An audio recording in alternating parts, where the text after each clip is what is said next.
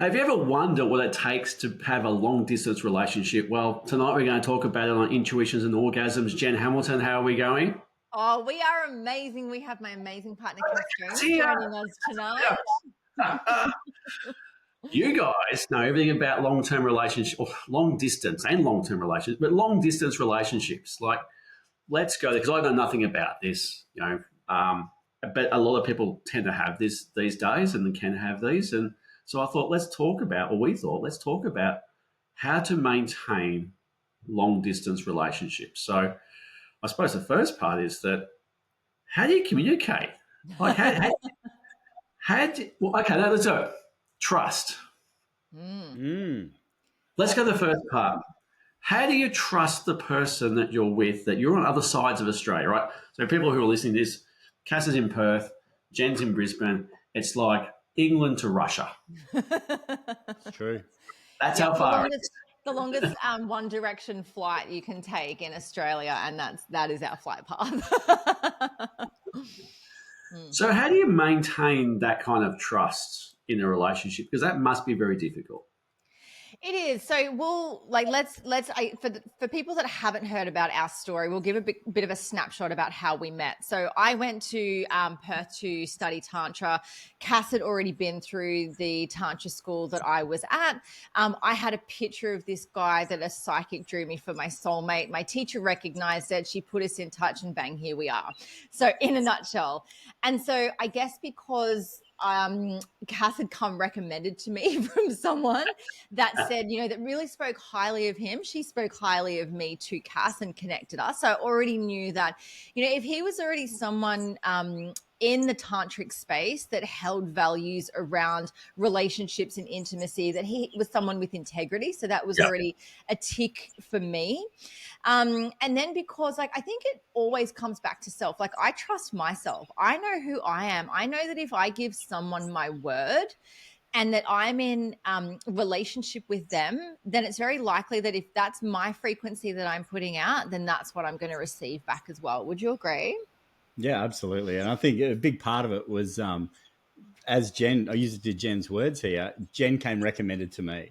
And I think in the space that we're in, largely Tantra is about understanding and knowing thyself and actually be able to communicate. And so for me to connect with someone that I could communicate on such a deep, authentic level, I think that's something you gauge to become a knowing within. Mm. And to be honest, I think at the age I am now, Greg, I just don't want to dick around with anyone else other than one person. Like, Magic, mate, the Yeah. magic 50. So, Yeah. but like it's that thing.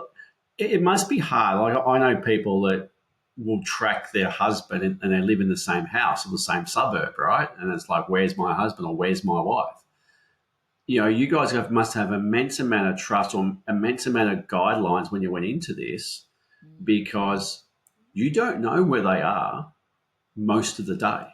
No, exactly. And from the beginning, so when we first connected, we connected over Facebook Messenger, and all we did was exchange voice notes for 3 days before we met in person. There was no phone call, there was no FaceTime. Cass was like, I'm getting on a plane, I need to come and see you. Now, some of these voice notes that we exchanged, Greg, were 30 minutes. It caps at 30 minutes on Messenger. That's how long these messages were. And so we were going backwards and forwards. And in that time, that connection that was being created, that foundation that was already being built just through being so wildly open and vulnerable in these conversations and questions coming back, we knew we had a really, really strong connection from the get-go. We also got to learn enough about each other to realize this is the type of person that I could spend a lot of time with. And if it wasn't going to work out when we met in person, it's very likely we would have been incredible friends. Or even like created something, work-wise together as well, and facilitated together, collaborated in some way. Because hearing so much about Cass's journeys, who he was as a person, hearing about past relationships, hearing about what he valued, from those early days, we talked about the things that were important to us. It was about values. And even the first time that we spent, that first weekend that we spent together, we decided, there was going to be no intimacy between us because we wanted to just work on our connection and just establish a foundation without just diving into bed together. and like let our genitals do all of the speaking. Because it must be. Tell us some of the difficulties long-term relationships would have. Like we've talked about, you need to have that because trust is built, right? You can't have trust straight away. But like you said, is that it. You can see, and we were talking off camera about Cass having a blonde chick in Cass's phone, and that being a picture of Jen that was AI with blonde hair.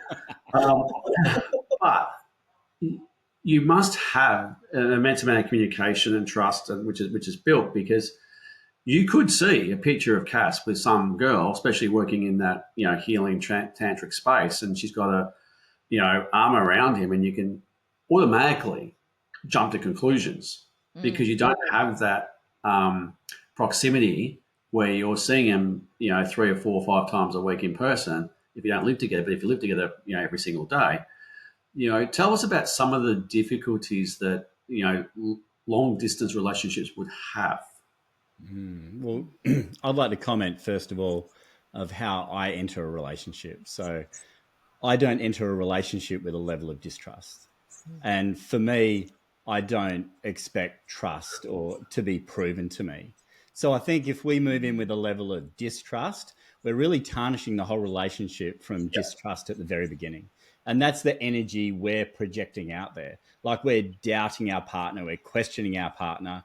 Every time they impart something with us, we're wondering, is that the truth or is that the full story? Are they hiding something from me? Yeah. So for me, everyone has complete respect and trust from the very beginning, unless proven otherwise. And I think when you've got a solid communicator like Jen is, then for me, it just reinforced the trust that I already had. And I've never been given any reason to doubt that. And I think it's because both of us have been completely transparent. Jen's transparent in everything she does, and as like I am as well. I think the greatest challenge that I have in a long distance relationship, as too does Jen at the same time, is the lack of physical contact at times. And we can focus on the lack of contact, but physical contact can also be a band-aid sometimes and a mask for other things. And so if we have this distance apart and we're experiencing challenging emotions between the two of us, we can't just walk up to each other and hug it out or do whatever it is to move that energy through us. So I find it's nearly like removing one of your senses. And if that one of those senses is physical touch at that time, it tends to elevate and heighten those other senses. So for us, what it's really focused on us doing is honing in our communication and really authentically and openly sharing such depth of our emotions and what we are experiencing together. And it's like, if ever and we do like any couple, we experience a level of rupture, we can. But it's not so much the rupture itself, but it's how we move through the rupture through the other end of that. Like everyone experiences heightened emotions, as we all do, but it's how we navigate those on the other side. Because if we have the skills to navigate those through communication, it actually creates a much deeper, more solid bond and foundation for who we are. So I think that's one of the positives of being challenged, I guess, by not having that close physical contact at times. Like there was a moment this afternoon, we connected on something that challenged both of us some weeks ago. And, we recapped on that. And then we finished that with really a hug and embrace. And I remember saying to Jen in this moment, I said, this is that hug we never got to experience back then after we resolved the challenges we had between us. So we can really focus on the challenging parts. They're definitely there. But I think also largely it comes down with intention. And I think trusting the intention within the other person and the integrity with the other person. Because as soon as we start to lose trust or belief that there's something there and we start to focus that energy out there that this is not happening, this is not real, this person's not authentic, I think we're really jeopardizing the whole foundation of everything. And then it just starts to erode things. But focusing on expression of emotion is critically key, because the moment we don't use our voice and we don't express ourselves and our feelings and what's going on, it's when resentment and contempt starts to build in a relationship. And that's why it doesn't matter how challenging it is, whether it be for me or for Jen, all those feelings and expressions have to be welcome, always, because the other end of that always is just a tighter bond and a deeper relationship. And we had to decide as well, what is it that we value in a relationship? What do we want from this relationship? So, as we've expressed before, so Cass and I are at different stages of our lives where it's not at the forefront of our mind to be like, what does it look like to create a family together? What does it look like to, do things in the order, I guess, that, traditional family systems do around, buy a house together, have a family together, work on our careers together, retire together. We're at different stages of my life. I've got 2 kids. Cass doesn't have children. It's not been on the forefront of our minds to go, oh, well, let's size each other up to create a family together. So because we're in a different stage of our life, it's like, well, what do we want from this? There is an age gap. There is a 13-year age gap. And so we had to get really clear on, well, hang on, do I want more children? Does Cass want children? Do we want to create a business together? Where do we want to live? Where do we want to, what does travel look like? What sort of, how do you want to integrate into the family with my children? What does that look like together? How do we all coexist? And so because we're outside of that traditional family system, we had to look at what it is that we wanted to build together. And so by openly communicating what that was, we're able to go, okay, cool. We have an alignment here. We have a foundation for a relationship. Let's work on building that now. And so from the very beginning, we had conversations around what that looks like. And this is where we've spoken before, Greg, that, people get into the relationships because, either the sex is good or, that honeymoon period feels really amazing. And it's like, okay, well, that's just the done thing, or someone falls pregnant, or it's just sort of the expectation, or, people grow, I guess, too lazy to want to grow together or go their separate ways, whatever happens, in other people's relationships. For us, it was going, what do we value the most? What do we want from this? And what does it look like to build that together? And once we were solid on that, we're not looking anywhere else. Like, I'm not going, oh yeah, Cass is cool, but what if there was someone closer that ticks other boxes? And he's not going, oh, well, if there's someone in Perth that I had in the little black book. That just didn't come into that for us. We're both at a level of maturity where it's like, let's just be honest about what it is that we do want from this life, and let's work on it together. Because, if, as Cass mentioned, like, it was all about communication and going in with trust. Like, you're innocent until proven guilty. If you walk in not trusting someone from the get-go, all you're going to do is look for proof to sustain the belief that they're doing the dirty behind your back. And that is a fucking uncomfortable place to live in. Completely. So probably the next question I've got, which leads to where you guys are going, can you maintain, well, I don't believe you can maintain a long distance relationship for a period of time. A decision has to be made at some stage what you do, because it's impossible to have a long distance relationship unless you're a scammer or something like that. But it comes a time where this lasts for a period of time, doesn't it? There's a time limit to this. Yeah, there is. We have our ceilings. We have different, and this is, it's really interesting because when you're in a long distance relationship, you want to talk about this because you also want to know that the relationship is viable, that the energy and effort that you're putting into this is actually going to have a return on this. It's not just a let's fuck around and find out. It's like, I'm like getting way too old and I'm way too pretty to, like, for this not to work out.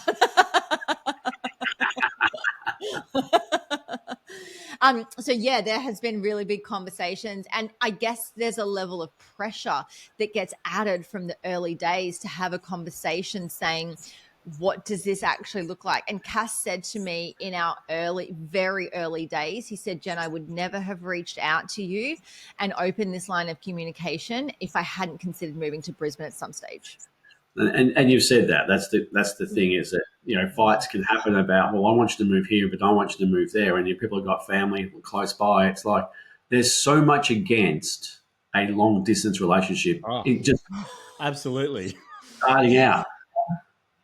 Yeah, if you want to be challenged, then we recommend that highly to get into a long distance relationship. But because Cass doesn't have, like, because I'm very much tied to Brisbane with my children, I have a really, really strong relationship with the children's father as far as co-parenting, which we've spoken about. And I could not imagine saying, hey, I'm up and leaving and moving with the children to Perth, or leaving my kids behind in Brisbane, just to go chase a man over the opposite side of the country. It's just not within me to do that. For some people that might work, but it was never an option for me to be able to move. Do you think people go in like wide-eyed, but they don't actually think about the logistics that okay, this has a time limit. It can't go on forever. And before I even start this, I need to think about, okay, the logistics of this. Who might Yeah. stay? Because like you said before, Jen, it's great, fantastic. The hormones are going, the dopamine's going, the oxytocin's going. We're making love like rabbits, and you forget about the fact that at some stage, if you don't talk about that stuff very early on, you're going to end up in heartbreak. Yeah. Yeah, absolutely. Like, the delusion is real. And that's like any relationship. You might meet someone and they're presenting with all these red flags, and all you think you are is at the circus. You ignore the red flags because the sex is good, or because they're breadcrumbing you enough for you to think, oh, well, that'll do. Whereas, in this dynamic, in this type of relationship, you've got to be real about it. You've got to go, well, how long is this sustainable for? Not only that, like, the cost of us flying backwards and forwards, the time away from my children, the time away from our businesses, because we both work for ourselves. There's so many things to factor in. And then also, as Cass was speaking about before, having to process stuff individually, not just to be able to reach out to the other person and hug them and work through things, to learn how to self-soothe on your own, and learn how to do, like, show up to events that you get invited to on your own. Like, usually you'd have a +1 to things. You're showing up alone, but you're in a relationship. So even navigating things like that is that sense of aloneness inside of a relationship. You've got to find a level of comfort within yourself within that too. Yeah, you can't be codependent in a long distance No. relationship. So how do you resolve conflict? Because usually, normal relationships, let's call yours abnormal because it is, right? So Absolutely. usually you got proximity where you got someone, like you said before, you can argue it out, talk about it, converse, and then hug afterwards, and have that. Again, that's what happens is you have this rush of dopamine or oxytocin or serotonin, which then builds the trust stuff back in you. But you don't get that, right? Because you're missing that human connection, which then after you have a fight, when you have that bid for affection and you do hold somebody, that's a critical part of releasing hormones in your body to rebuild that trust. Once oxytocin is actually released into your system, you're not actually getting that.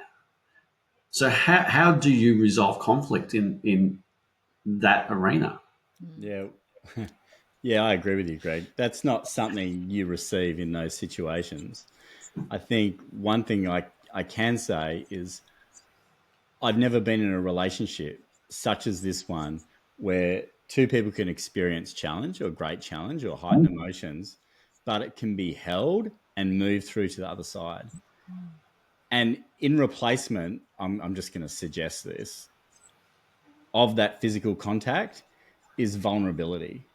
Like, if you can tap in to the deepest parts, most vulnerable parts of yourself and move through that, and let's say you've got two people on either end of the phone and you're FaceTiming that. So it's as close as you can get without being there with each other. You've Yeah. got two people that are crying, expressing their rawest and truest emotions and their truths, Jen's truth, and you can actually hold each other in that. You really can. And what I really acknowledge deeply, the blessing that occurs when we move through the other side of that. And I don't think there's ever been a time I haven't got through the other end, or we haven't, and felt more whole within ourselves from doing it. So I find, yeah, we can be with a partner, we can have a heightened situation, we can have an argument, whatever it may be. And yeah, we have, I'm going to call it maybe a partial resolution, and then we hug it out. But that can Yeah. move into the same cycle over and over and over again.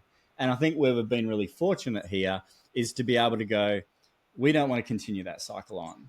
So Yeah. what can we do in these moments to prevent that from happening? So at a moment that is not in a heightened state, but it is days past that, we can review that and go, okay, what could we do differently? How could we approach that with a different level of love? And what did you need in that moment that you weren't receiving through communication? Was it lack of love? Was it the lack of reframing or preparing, or how we projected our own needs? Did that come from a place of love, or did it come from a place of pain and hurt?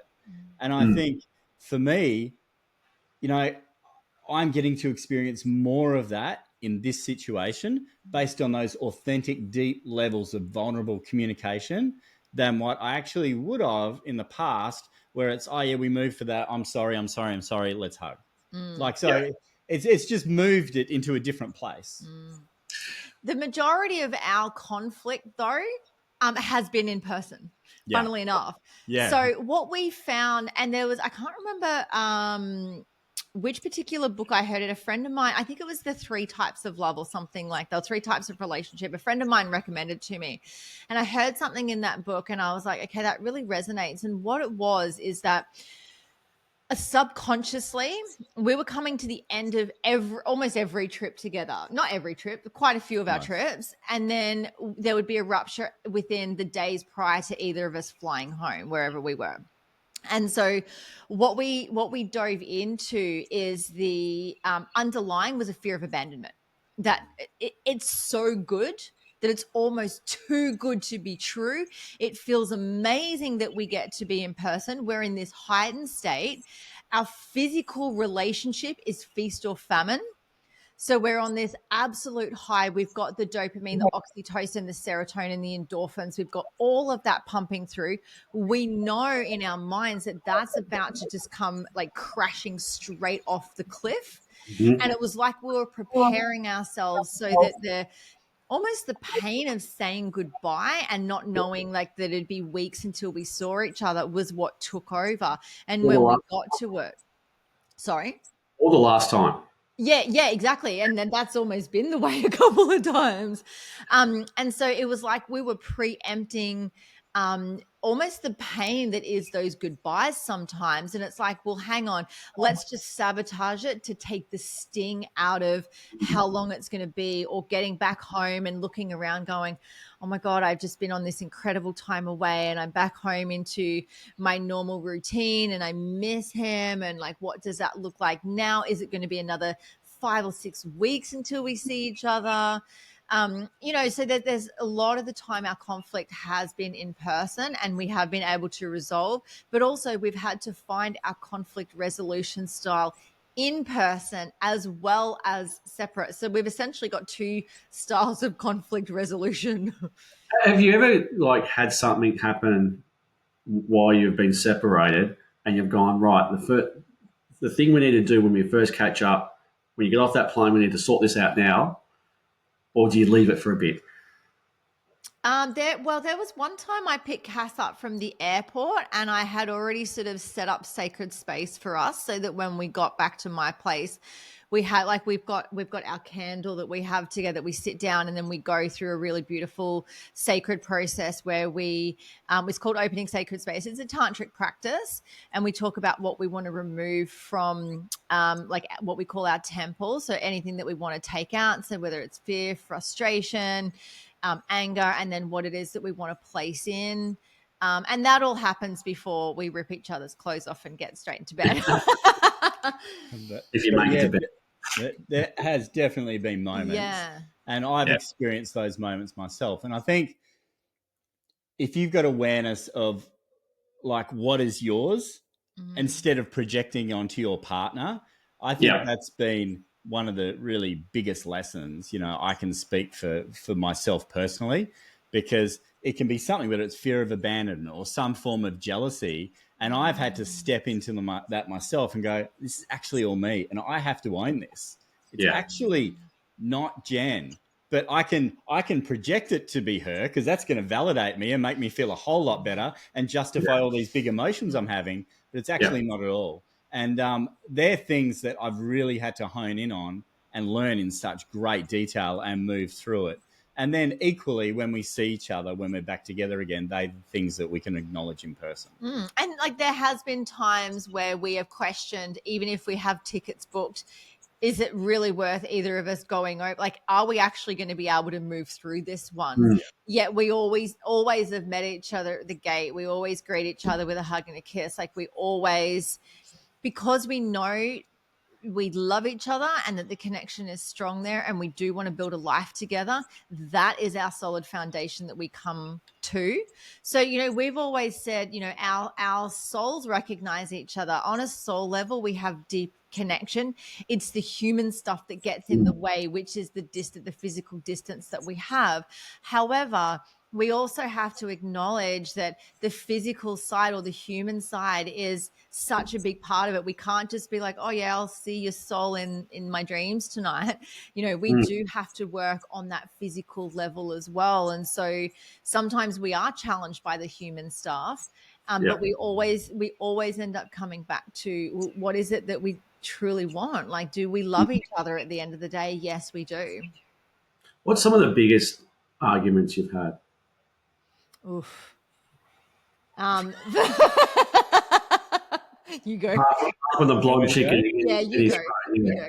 All right, I'll go. It's pretty raw, but we're at the other end of it, all right? So I've got a thing about phones, okay? And this is something that's really real to me. And there's an element of this that I carry forward. And for me, the phone, for me, is a symbol, or social media and phone is a symbol of something that drives a wedge through intimacy within a relationship. So because of that, my own personal behavior is I always try and, when Jen and I are together, I avoid my phone because I'm trying to demonstrate the very thing that I would want her to do at the same time. Equally, it's really critical for Jen's work and who she be in this world and keeping contact with things. And I think also when you have a platform that's based on social media as well, like this is a funnel that you promote yourself, you create awareness, you educate people, and people respond, that it all comes back. For me, whenever those things keep coming forward, it activates something within me. And that the activation that I experience is I'm not feeling connected. I'm not feeling close right now. And for me, as Jen, like for me, it's the incidental time that counts. Like we don't have to be involved in doing a task, only that to be connected. For me, I want to feel connected in all the things. So if we're waiting for a coffee, we're driving somewhere in a car, like if I feel there's someone on the phone the whole time or doing things or corresponding, for me, I feel I might as well be driving the car by myself.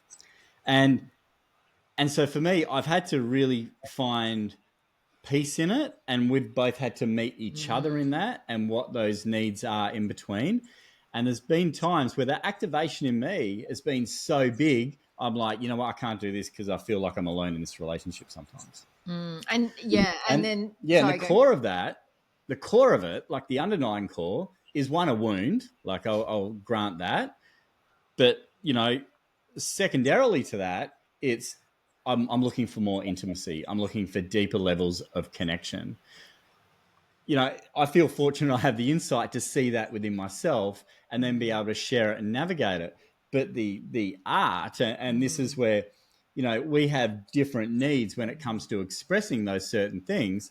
I have to admit, you know, Jen needs a different framing of that before I go to express it. Now, I'm not saying I'm expressing it from a place of pain, hurt, blame, you, but effective communication really comes from a level of reassurance and love prior to sharing the things that are real for you.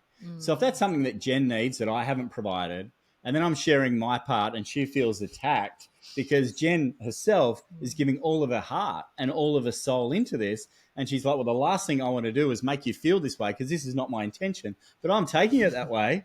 Yeah, well, that was a really big activation for us. It was a really big argument, and we went a separate way from some hours last time we were in Perth, and I was thinking, we're not going to come through the other side of something so minor. Like, I'm like, there's no chance. I can't see this happening. Yeah, and from my perspective, it's like, oh, he's driving at the moment. Great. I'll just check my emails, check up on the kids, see if there's anything that needs my attention, not knowing that that's a connected time for him. And so when this particular topic came up, and then the way it came up, as Cass mentioned, like I felt I had to defend myself. I'm like, I haven't done anything wrong. Like, I'm off my phone as much as I can be when we're together. And I still, like, my whole life is connected through that. When I'm physically away from everything that exists in Brisbane, when I'm in Perth, the only way to be on to anything, the only way I can speak to my kids is through my phone. And so that was a huge one for us. There's another major one that's come up, not so much recently, but definitely in the early days, over and over again for me, was desiring certainty around viability of the relationship, aka, can you give me a time frame of when you can potentially, I don't care when it is, but can you give me a time frame of when that could potentially be? And then, because for me, that level of certainty was safety. It's all about safety, as we've spoken about before. And so certainty was safety for me. And then the more I sort of gone, hey, I need to know this, Cass has gone, that's pressure that I can't provide you with right now. And so that has caused ruptures for us before. But again, it's that effective communication. It's acknowledging where that's coming from individually. How can we bring this forward in a supportive environment so the other person doesn't feel pressured or attacked or victimized or whatever the feeling that it is, so that we can actually work through it together very lovingly instead of feeling defensive through it. I have got two probably really tricky questions. One I'm going to end on, which is really interesting. Yeah. First one is, how do you deal socially? Like, you go out for dinner and your partner's not there. You go out with your friends, your partner's not there. Like, how do you sort of deal with the fact that you've got a life where you are and you're going out with your friends, and usually you would take your partner there and there'd be, all that kind of stuff. How do you deal with the fact of having a social life as well too, but your partner not being anywhere near that social life? Well, you just become a recluse, Greg, and all that just goes away. You go out? What? You go out? You go out? You didn't tell me that. There's a blonde chick he goes out with, you know that. So, I mean, I have friends that I catch up with regularly. I have a really close male friend of mine that that Cass actually got to meet the other day, and we call it family dinner when we go out. And sometimes it's him and I, sometimes it's other friends that come along. And it's kind of like that's probably like my one, like, I guess, main social one that I do regularly, and I catch up with other friends. But it's you feel it, like you feel like, oh, there's always a seat at the table here. But also, it is what it is. Like, you can't dwell on it because you're just going to get the sads about it. Like, I would rather just, get excited to be in the company of the people that I'm present with than sit there missing my partner, because I'm also not, like, we're not chained at the hip either. And when we do live together, we'll still have our own friends and our own lives. It'll be great to go out socially more often together, but we'll still have our own individual lives as well. How do you have sex long distance? Well, FaceTime, a bottle of olive oil, and no clothes on, Greg. That's exactly how it works. Olive oil? Go on. Oh, Look, there's been moments, I tell you now, and extrovert. You get a little bit heated and carried away, and I'm Italian and Jen's Italian, so I figured that would be best practice. And look, it does it for her. And we all have different needs. We have different kinks, and like we're so blessed in like this digital era that we have FaceTime. In the earlier days, there was probably a bit more phone sex, but like these days, it's really, it doesn't happen that often anymore, does it? We should. Yeah, you're right. No, not so much. It's been a couple of months. Yeah. How do you maintain a sex life? What happens over the phone? Now you can actually Zoom or FaceTime. Like you said, FaceTime people. It's video. It's wow. live action streaming. They don't call it intuitions and orgasms for nothing, do they? Look, you can both reach climax together, even though there's 4,600 kilometers apart. Yeah, Yeah. Absolutely. it Yeah. can And happen. sometimes even just phone conversations, like we'll be talking about something and then something will activate us. And then it's like we start exchanging words and fantasies and what we would be doing to each other if we were in person. And from there, it just builds. I mean, like we're both, very capable of self-pleasuring as well. I literally have a vibrator sitting in the shower charged at all times, just in case. So there's, and even outside of being in relationship, I always had a self-pleasure practice, which didn't have to involve a particular person as well. Like it's my sexuality includes Cass, but it's not reliant on Cass either.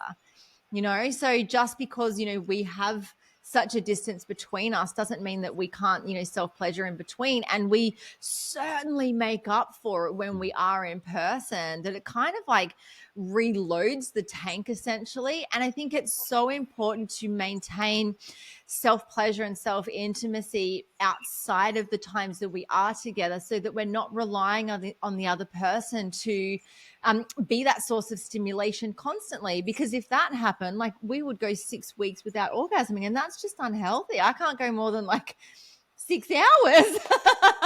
Whereas me, yeah, you practice very differently. my practice is like a practice semen retention. So what Yes. I've really noticed energetically for me personally, like if we have that outward ejaculatory expression on a daily basis, I find, and I'll speak to a lot of guys about this topic, it can be very much energy depleting. Like it can be really depleting for light force. And there's different formulas to work out the frequency and how often that's supposed to happen. But I really notice, like if I don't express myself in that way, and it builds up, say it's like 5 days, 6 days, 7 days, I'm like jumping off the walls with like energy. I'm like, wow, everything's amazing. It's crazy. Oh, I love life. Oh, beautiful. Look at it. I'm in awe of the whole world. That's your ADHD, babe. And then, like, let's say, yeah, I orgasm that outwardly, and then it's like, oh wow, okay, this is what life is back to being again. And I've really noticed that cycle within myself and the difference it makes energetically. And I speak to a lot of other guys, and they're very similar to guys that practice that technique. And then we look at young guys that are just virtually batting themselves off, every hour of every day, and they're so depleted in energy and walking around like zombies. So there's definitely something in that for my own exploration that's provided value. Yeah, we've also like inadvertently met each other in the dream space as well. Like that's been a thing. Cass has woken up in the middle of the night. I'll say it just to embarrass myself. I can't believe I'm going to say it. No, I can, of course. Your mum's listening. Totally fine. I woke up one night. I'm on my hands and knees. I've got my hands under the pillow, and I'm licking the center of the pillow. And I came back in my body and just went, what am I doing? And I just had Jen, this image of Jen in this moment. And I'm like, oh, okay, you're welcome. It's like, yeah, all sorts of crazy things happen long distance, Greg. You were next to me last night and I had a dream. Well, you were off to the side.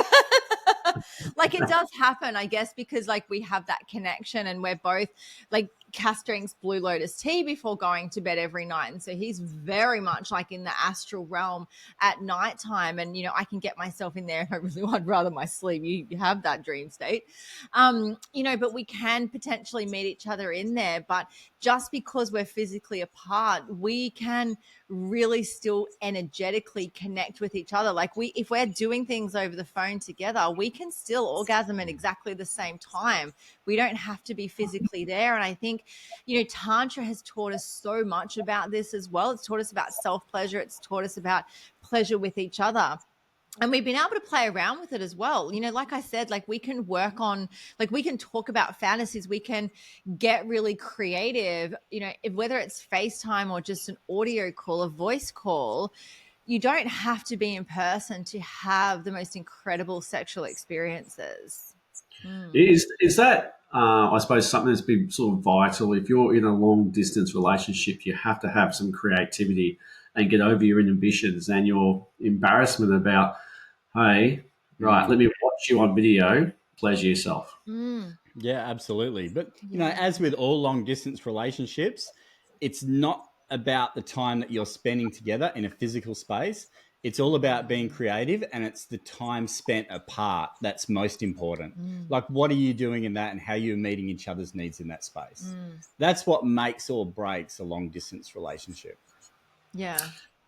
What other tips do you have for people that might be going through this right now? And especially knowing the fact that, like I said before, there's a time limit. You can't do this forever. No, you can't. And that's got to be clear from the get go. You don't need to necessarily have a plan, because you don't want to put pressure on the relationship to start with, but there has to be someone willing to move, and within a time frame that you guys decide is sustainable for you. So for us, it's a couple of years. We're just over a year in. We don't have a set time. We don't. I would say next year ish. We Yeah. don't have a set time. We all, because it's different for Cass and I, because we're working together. So we're stepping into the space of facilitating and teaching, and we'll be taking our training courses all around Australia as well. So it means traveling together, and facilitating in all different cities. And so mapping that out now, it's like, well, there is no super rush on it, because we also know that even if we're not traveling together, we'll meet in the same city to be facilitating literally every couple of weeks. And so that's taken a lot of pressure off. There's so much that Cass has to organize and wrap up in Perth. He's also got his family there, a beautiful community of friends. Work, there's some work over there for him. He's got his house and all of his bits and pieces. Like, I can't expect him to just be like, okay, I'm moving now. This is because if he was to do that, and that was for me, that is a lot for me, one, to receive, and two, to almost feel as though I have to reciprocate in energy exchange, not make it transactional, but energy exchange. And so by pushing him, it's like trying to push a ball underwater and hold it down. All it's going to do, the further down you push it, the harder it's going to come back up and hit you in the face.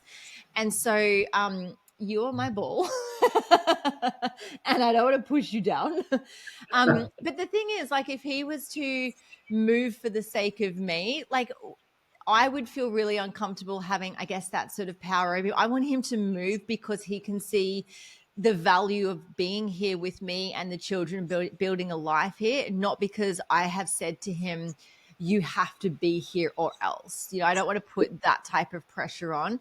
But also, there's come times where we've had conversations where I've said to him, I need to know, because also the uncertainty is challenging for me. Yeah. Mm. But it can work. As Yeah. long as you have the communication, as long as you can actually have that conflict resolution, the openness, the creativity, strain, cookie sex, Mm-hmm. it can work. And Yeah. you guys are proof that with the right intention, and I think Cass, you and Jay just spot on the money at the start, right? It is about how you go in there, Yeah. the It intention you go in with. And the thing is, like, we've even said, when Cass moves here, we've got a whole new version of our relationship and our sex life waiting for us. We don't know what it's like to be a traditional couple that dates to begin with, or that, like, goes through, I guess, the traditional way of dating and then going into a relationship. And so we have a whole new version of that waiting for us. And there's also there's also time for us to dip our toe in for longer periods of time that Cass will be here, to integrate into life, see what that's about, decide whether, when he moves here, whether we go straight into living together, whether we live separately for 3 to 6 months, to just slowly integrate together, because we're both wildly independent people. We've lived on our own for so long. I obviously have children. As much as the children adore Cass, him coming into my state, my house, my version of the world, is him completely bringing all of him in to something that already exists, where I always say, like, my family's like a triangle and now it's become a square with Cass, right? Mhm. We've Yeah. opened up the triangle to become a square, but he's got to essentially fit into that over here. And as uncomfortable as that could be for someone, it's like, okay, well, how is this most supportive for you? Do you need to just rent somewhere for a short period of time? Let's integrate and find our feet, date like normal people for a bit, see how that is, and then what does it look like to share a home together. So these are all things that are still there for us and still wide open for discussion as we move through this, so that we're not just jumping in going, okay, we go from feast and famine of being together to just constantly in each other's spaces, because we also both love our freedom as well, our physical freedom, our space. You know, Cass is very much aligned with being in nature a lot, being out on the water paddling, you know, going and doing his own thing. You know, I'm all about like having, you know, whether it's time at home or going out and doing my own thing, going to the gym, spending time with the kids, spending time with different friends. Like, we have our own separate versions of our lives. And so integrating that is going to bring on a whole new experience and essentially a whole new set of challenges that we get to navigate through as well. Guys, look, if anyone could do half of what you're doing, I mean, it is tough, it is difficult. It's one of the most, it must be very strenuous and very testing at times, to have that distance between the two of you, but you've got structure there to navigate that, especially in this time period. But like you said, you're in for another different ball game straight away after this, right? This isn't over yet. No, it's really Far from it. not. It's really not. And this is the thing. Like, it's a huge thing for Cass to essentially move over here, knowing that we've got a whole new version waiting for us, which we have to integrate and, put everything into to ensure that it works. And also understand that if it doesn't work, that's okay. But then he's got to look at, okay, well, what does my life look like if it doesn't work out with Jen? And that's the thing. It's important to know, like you said, you've got somebody. Unless you actually get, so the two couples and you both decide to go somewhere different, right? Just let's say you're in Perth and you're in Queensland, you decide to go to Sydney, right? That's a little bit different, right? But what happens most times, like you said, one person has to move to where the other person is, and it's really important that that's discussed and set, because you can resent someone for doing that. You can Yeah. really, without the right intentions to start with, you can really resent your move because you've upped your life so much to come over here for, like I said before, it's very easy for you then to go in this, well, I've got to reciprocate this in some way because they've sacrificed their whole life, left their family, left their friends to come over here for me. Then I must feel like I must reciprocate this in some way. And then you're in this kind of, tit for tat kind of Yeah. transactional thing about, who's doing what for each other. And then you get into a fight. It's like, I moved over here. I left my family. I left my friends. I left my job for you, and blah. It can happen that way, and no doubt couples have experienced that before because someone feels obligated to move, Yeah. or there is that pressure from the other person saying, I can't do this anymore. This isn't going to work if you don't move. And so all of a sudden it's like, well, I don't want to miss out on what we've got. I'm going to have to move. And then they move. And it might not even be, in the same country. It could be internationally. Like, that's an even bigger deal, And so there's so many factors to consider. Always come back to what it is that you truly want from the relationship. Have a really solid foundation of deeply loving each other and caring about each other and working on that. And if that is there and the lifestyle is sustainable to move into, like if Cass hated the weather here, if he didn't know anybody else here, if he didn't have access to being on the water like he loves to be over at home, like it would be really uncomfortable and not as appealing. I've absolutely sealed the deal with the weather this week. It's been so warm and it's freezing in Perth, so I pretty much got you over the line. Yeah, I have to say, like, one thing that I check in with myself, and I acknowledge this in Jen as well, is the amount of growth being achieved and obtained within the relationship. Yeah. And whilst there's deep growth and transformation, like I constantly see, like Jen and I, what, it's been 4 weeks or something since we spent a fair bit of time It's together about a month 11 ago. Yeah. days. Yeah. And now been here for another week. But each time we're back together again, I see these really big shifts. It's like exponential growth that seems to occur, and it's a growth that occurs in between, and then we come back together again, and we're just at a completely new level again. And Yeah. there's so many times I think I don't know where it can go from here. How much closer are we going to get? And then it just does. And whilst this happens, I know my soul is meant to be where it is here with Jen. Yeah. And that's what I see. And whilst we are still growing together and towards something, I'll be here. Like it's when you're not growing and you're detracting from each other and pulling people down, and you can see that. Well, then we really have to question the viability. Yeah, that stagnation that Yeah. kicks in. Yeah. And we're both we've been in the personal development space. We're in the tantric space. We both, we've recently just got into following, practices and philosophies of Kabbalah as well. And so there's a lot of stuff that we're both into, that we're both meeting each other in, accountability and learning new things and getting excited for new things and meeting each other on similar levels. And it takes two people that are, invested in growth. Like that's one of our highest values individually and within our relationship. So by understanding what our values are individually and together, as long as we continue to meet each other in those, still be our independent, sovereign beings that we are, and grow together in the relationship, then we're only going to keep flourishing. So if someone's having an issue, any final words of wisdom for people that are struggling with long distance relationships? Yeah. I'd like to say something here. I think it's really finding your voice and being honest, and honest with yourself.